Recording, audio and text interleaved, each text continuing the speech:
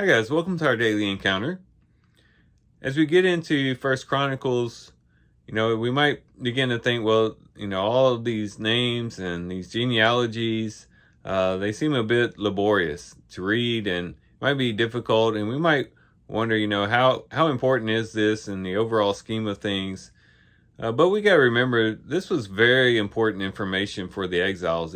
It's believed that First and Second Chronicles was written sometime after the Babylonian captivity, during the time of the return of the exiles, or at least sometime after that.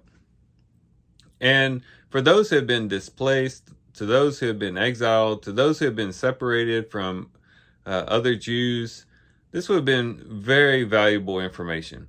This genealogy, this record would show their connectedness. It would show their history, their heritage. It also helped increase their sense of identity. This was something that was very important as they were leaving a foreign country and going back to the homeland. And it would have helped them to be strengthened as they faced uncertain days ahead. And it shows really the power and the impact of heritage, of history, and of identity. And this could be true of us as well as believers. Not necessarily with our families, although that would be true in a very practical way with our families, but we could also look at our faith heritage.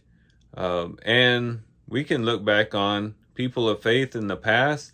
It's always inspiring and uplifting to read about people of faith in the past, whether we're talking about people in the scripture or even people in history. We read about biographies of people who stood up for what they believed in, who walked by faith, who stayed true to the Lord. We are connected to them. We may not be connected to them by blood, but we are connected to them by faith. And to remember that we are a part of a broader story, a bigger story than just ourselves.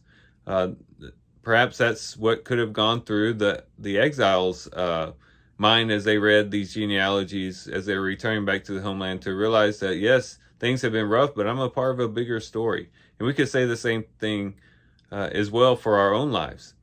When things get tough, when things get difficult, we could say, you know what? I'm just plugged into a story that's bigger than I am, that's been running on for centuries, and who knows, may run on for centuries to come. And when we value that heritage and that history and that identity that we have of faith, it helps us to look ahead to uncertain days, to see other people who have met challenges and were able to overcome them as they walk by faith, and to help us to want to do the same. And so this shows us the importance of community.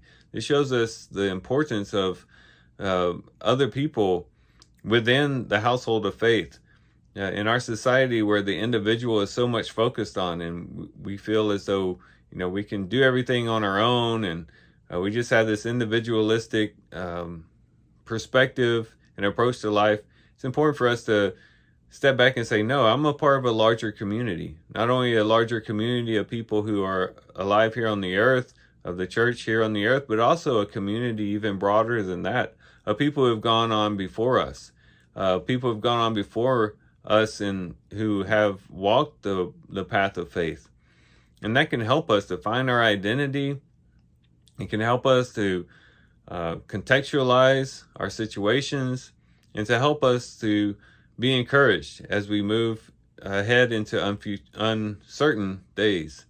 And First Chronicles, I think, gives us a good example of that. So here's some things we can reflect on and think about as we do our reading today. With that, guys, I do thank you for watching the video today. Hope you guys have a great day. Love you guys. God bless.